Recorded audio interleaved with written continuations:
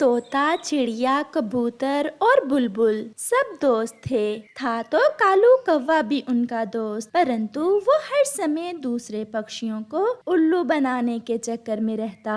चिड़िया बहन, अब कुछ ही दिनों में बारिशें शुरू होने वाली हैं। हमें बारिशों के मौसम के लिए भोजन का बंदोबस्त करना होगा। तोते भैया, हमें कुछ ऐसा उपाय करना चाहिए जिससे बारिश के दिन आसानी से गुजर जाएं। मेरे पास एक उपाय है, अगर आप सबको पसंद आए तो।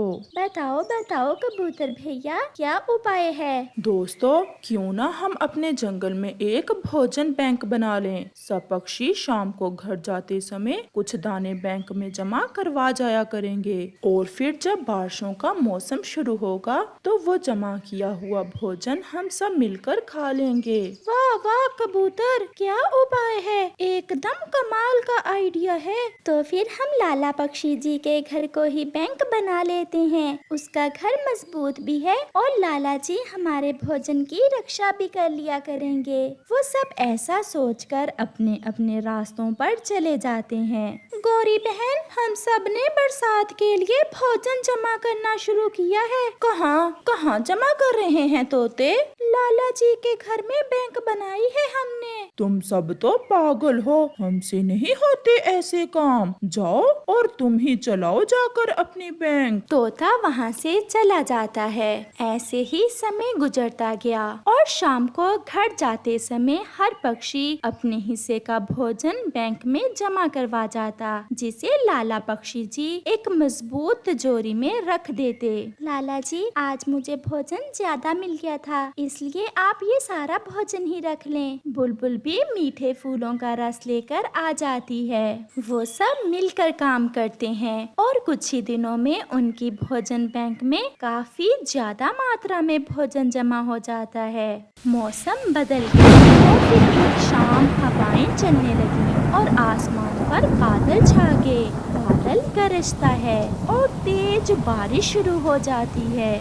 मम्मा, अब हम ऐसी बारिश में भोजन कहाँ से लेंगे? अपनी भोजन बैंक से। और कहाँ से? आप घर में बैठें और मैं भोजन लेकर आती हूँ। लाला जी, मुझे चनों के दाने दें, आज मेरा बेटा चने मांग रहा था। चिड़िया बहन, अब तो बरसात कई रोज भी चले तो हमें भोजन की कोई चिंता नहीं होगी। 4 दिन गुजर जाते हैं। बारिश थी कि रुकने का नाम ही नहीं ले रही थी। कालू जी, मैं तो भूख से मर रही हूँ, कुछ करो। क्या मारोगे मुझे भूख से? तुम्हारा कालू अभी चिंता है, तुम्हें काहे की चिंता? मैं कुछ ना कुछ करता हूँ। फिर कालू कौवा कबूतर की तरफ जाता है। कबूतर यार, मेरी पत्नी भूखी है, मुझे कुछ भोजन दे दो। लूसी, मैं ना कहता था कि कौवा आने ही वाला होगा। जब काम का समय होता है तो तुम दोनों आवारा फिरते हो और जब मुश्किल समय होता है तो दूसरे पक्षियों से मांग कर खाते हो। जाओ जाओ, हमने भी फैसला किया है कि इस बार तुम्हें अच्छा सबक सिखाएंगे। कालू जी, लाए नहीं भोजन? कबूतर के पास गया था, उसने मुझे भगा दिया और कुछ भी नहीं दिया। कालू जी, क्यों ना आज रात पक्षियों की भोजन बैंक को ही लूट लिया जाए? वो बूढ़ा लाला जी तो रात को सोया होता है, हम आज रात ही बैंक लूट लेंगे और फिर मजे करेंगे। तरह तरह के भोजन जमा किए हुए हैं पक्षियों ने। फिर रात होते ही कालू और गोरी पक्षियों की भोजन बैंक लूटने निकलते हैं। वो तो पूरी तरह डाकू बने हुए थे।